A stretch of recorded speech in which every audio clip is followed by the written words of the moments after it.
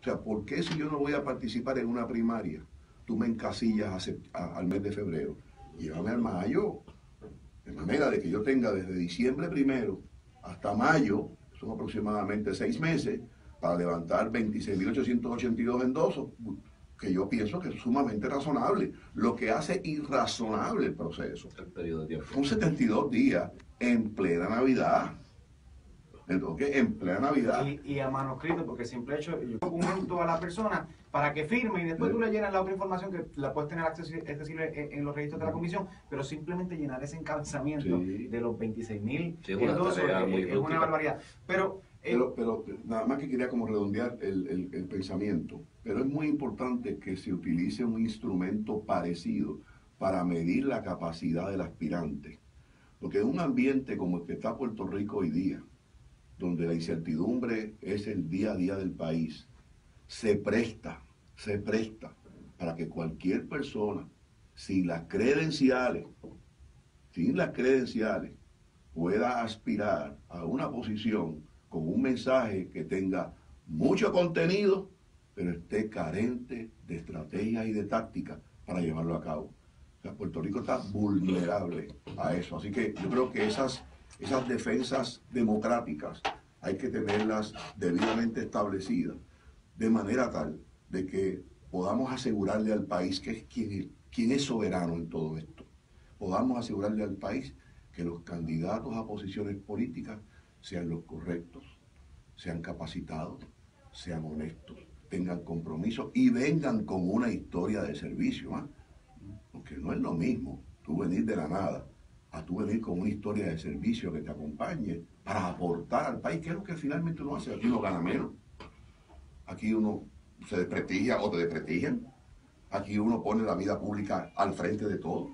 Así que la persona que se inserte en esto de capacidad tiene que ser una persona que sin duda alguna tenga los quilates para asumir una responsabilidad tan grande como regir los destinos del país, de nuestros hijos. Debería tener un requisito de experiencia. Yo creo definitivamente. Yo siempre he dicho, yo creo en los perfiles, Ramón. Yo creo que los perfiles son importantes establecerlos. Y si nosotros queremos, por ejemplo, ¿cuál es el perfil del legislador?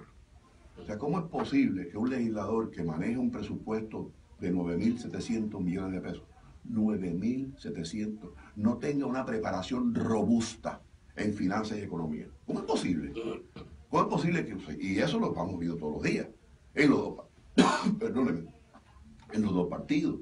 Así que yo creo que es importantísimo en esta etapa aprender del pasado, construir un nuevo modelo electoral de tal manera que asegure, sí, la participación democrática, pero que también le garantice al país que quien aspire verdaderamente a regir los destinos en la posición que sea, tenga el perfil correcto que el país necesita. Y en ese aspecto lo que mencionó de los legisladores, y yo he sido de la impresión, yo he defendido la figura desde el 2001, yo me inserté en esa batalla en distintos foros en Puerto Rico y en distintos think tanks. Yo soy de la creencia de que la ley del legislador a tiempo completo le ha hecho daño a las legislaturas de Puerto Rico y ha abonado a eso que tú señalas del perfil del legislador que tenemos. Porque mírate lo que pasa. La ley del legislador a tiempo completo lo que hace es que tiene a salario, a sueldo, con dinero de nosotros todos los contribuyentes, a una clase política profesional, que su profesión y su lo único que saben hacer en la vida es hacer política y ser candidatos políticos, y de eso tenemos muchísimos ejemplos sin entrar en los detalles. Mientras que personas capacitadas, competentes, que están en la empresa, que están en distintos sectores profesionales, que tendrían mucho que aportar al país, pues no lo pueden hacer por dos razones. Número uno, tendrían que dejar su empresa, tendrían que dejar su profesión, tendrían que dejar su oficina, su taller de trabajo, lo que sea, para ser legislador, lo cual en ocasiones económicamente podría ser adverso a ellos. Número dos, está compitiendo en un sistema de democracia representativa, en donde el proceso electoral es un medio para ello, en desigualdad de condiciones. Pero no cobra un sueldo todo el día por hacer campaña. El empresario tiene un equipo de trabajo, el empresario, el que tiene su oficina, no puede hacer eso porque tiene que trabajar y hacer campaña cuando le sobre tiempo, porque tiene que vivir. Yo muy de acuerdo, más de acuerdo no puedo estar, pero Puerto Rico tiene que empezar a tomar decisiones mirando el todo y no mirando el pedazo. Yo creo en en el legislador a tiempo parcial. Yo creo en la unicameralidad, yo creo en eso.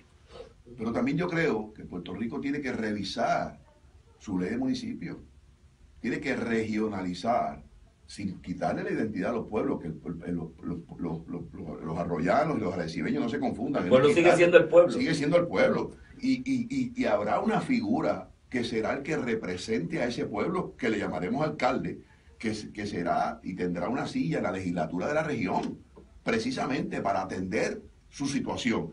Ayer hubo un estudio, no sé si tuvieron la oportunidad de verlo, en el programa de Jay Fonseca, muy interesante. Estos dos muchachos jovencitos, doctores, yo creo que son demógrafos, pero no, la verdad que no me atrevo, porque no escuché su preparación. Pero llevaron un análisis de cómo sería no sé si la viste. Sí, escuché. Interesante, cómo 5 o 6 municipios se pueden juntar, hablaba del sur, sí. y son costo efectivos, pero como otros municipios, como por ejemplo San Juan, no sería costo efectivo si se juntaran. Ese es el tipo de análisis que hay que discutir, y esas decisiones que tenemos que tomar tienen que incidir en el número de legisladores, en el número de senadores, de manera tal que tengamos un país que sea gobernable. Pero esa parte sí, y es la que yo digo, es increíble. Aquí hubo una propuesta en el 2012 precisamente para reducir la cantidad de legisladores de 78 a 51. Eso sí. El pueblo la rechazó. Eso sí. Al final del día yo creo que, ¿verdad? Por eso es que yo estaba a favor, pero ciertamente el pueblo es el democrático e incluso estuvo en contra de esa propuesta. Y cuando dices lo de la municipalización, estoy totalmente de acuerdo. Aquí tenemos que empezar a hablar de regionalizar servicios, trabajo, estamos duplicando. Y a lo mejor en los 90 había echado para pagar eso. Hoy simplemente no lo hay. Y yo soy de los que digo, y creo que es la manera pragmática de hacerla, porque es la única manera que lo vas a poder hacer. Hay otras personas que proponen integrar municipios, perdiendo la identidad, y yo digo, pero es que no va a ser práctico porque nunca lo vas a poder mover. Yo digo, tú puedes hacerlo, yo soy de Vega Baja, tú puedes hacerlo si me incluyes 5 municipios a Vega Baja, pero de lo contrario no. Por eso no va a pasar. Pero dime una cosa, aquí hay ejemplos de sectores que no son municipios y tienen más identidad de orgullo. Por ejemplo, Castañeda en Lares, sí. Ángeles en Utuado. Son ejemplos de, sin duda alguna, que se puede mantener eso. Pero otra vez, lo que nos trajo hasta aquí es la falta de voluntad. Y tú dijiste algo mismo. Ahora, ¿quién le dice a Vega Baja que Vega Baja se va a unir a? Pues no, posiblemente Vega Baja. Si se unen a mí, sí. Pero es que volvemos a poner en ese aspecto entiendo perfectamente. De hecho, yo hice un trabajo al respecto en la Escuela Graduada de Administración Pública y está ahí y menciona en los planteamientos que tú haces. Obviamente, políticamente no es viable eliminar el municipio, va a existir, pero esto yo lo vi en España y me cuestioné y lo pregunté. El modelo no solo del municipio viene del modelo español, había unos problemas de comunicación de vías y demás que ya no están. Y yo noté que allí lo que hicieron fue que el pueblo, el ayuntamiento de tal pueblecito que ya a lo mejor le quedaban 1,000, 2,000 habitantes, tenía una alcaldía y se catalogaba como un ayuntamiento, ¿no? Un county en Estados Unidos. Pero tenía el alcalde, que era a tiempo parcial, en ese caso, un ayudante y una secretaria. Eso era la composición de administrativo del municipio. Y en la representatividad, y esto es bien, y comparto la anécdota contigo porque estamos en la misma línea en eso. Un líder legislativo importante de este cuatrenio, en el cambio de administración, rápido habló de la regionalización. Y basado en la experiencia de ese trabajo que yo hice en la Escuela Graduada de Administración Pública, me acerco a él y digo, mira, yo tengo este trabajo, te lo pongo a tu disposición, no me tienes que dar un centavo, te lo regalo, porque eso fue una clase, eso fue ejercicio de una clase con el profesor Mario Negrón Portillo y Leonardo Santana Clavel, que eran mis mentores ahí. Dos buenos maestros. Dos buenos maestros, definitivamente. Y yo dije, está ahí. Entonces, estábamos hablando de ese mismo aspecto de que como tiene que preservarse la identidad del municipio, del pueblo, y la gente quiere de alguna manera que en esa región sus intereses y prerrogativas estén representados, tenía un segundo nivel en la composición del municipio, que era un organismo representativo de todos esos municipios que componen la región para la hora de determinar las prioridades presupuestarias, cada quien esté representado ahí. Cuando le hago ese planteamiento me dice, pero es que ese es el problema, que en los detalles vive el diablo y ya te estás complicando. Y yo, chico, pero es que hay que hacerlo así y hay que pensar cuál es la vagancia. Yo creo que, Emanuel, y tú que has desprendido de tu tiempo para entrar en la discusión política de este país como candidato independiente a gobernador, hay una vagancia y una pereza increíble. Todo el mundo quiere el camino más corto para llegar a las cosas. Pensar cuesta.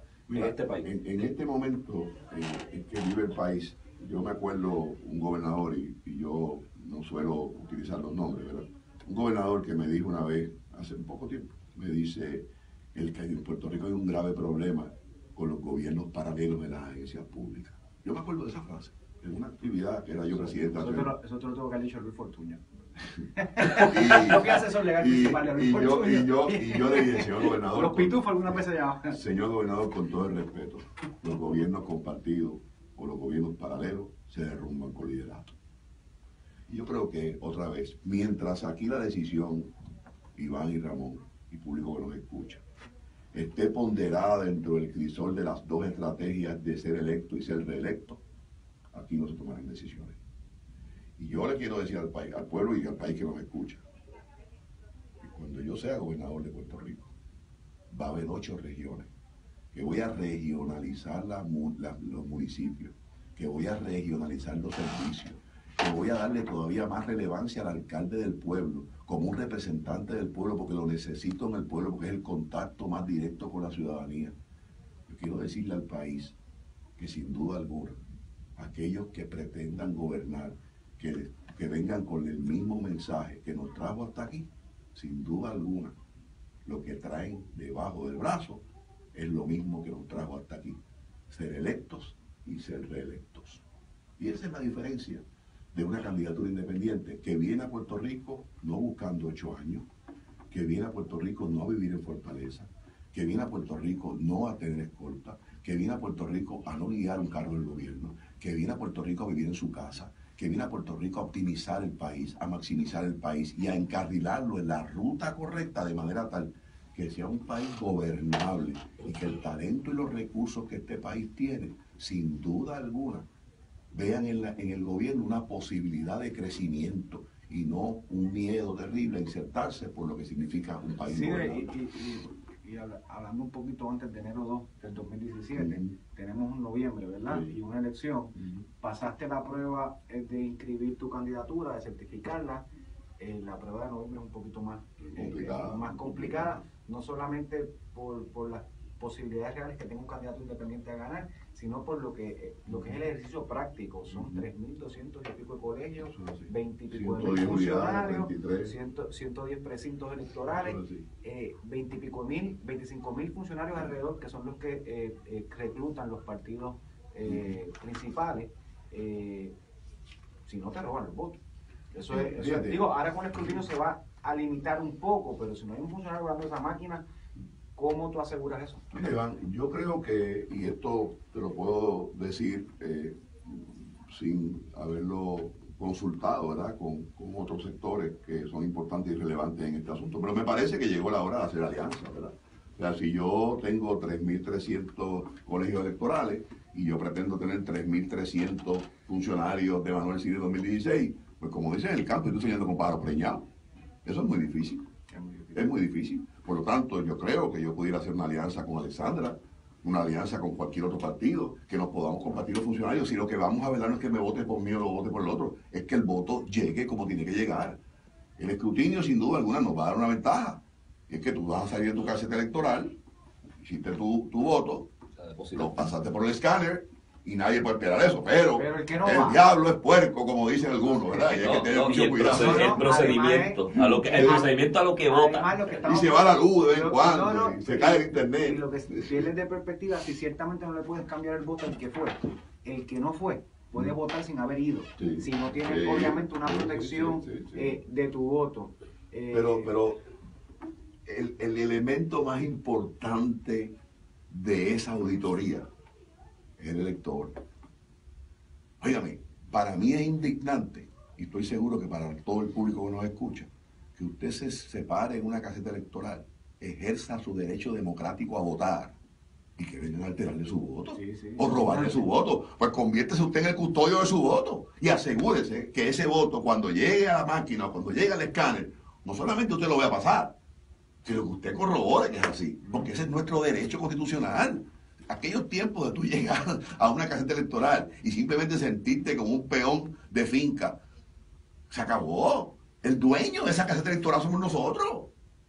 Nosotros somos los que tenemos que estar allí. Y verán que los procesos sean limpios, porque un proceso electoral limpio habla de un país limpio, habla de un país de vanguardia, habla de un país democrático, y es la mejor herencia, Iván, que le podemos dejar a nuestros hijos.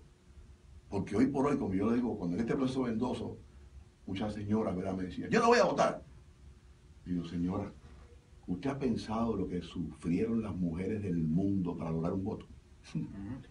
Eso es así.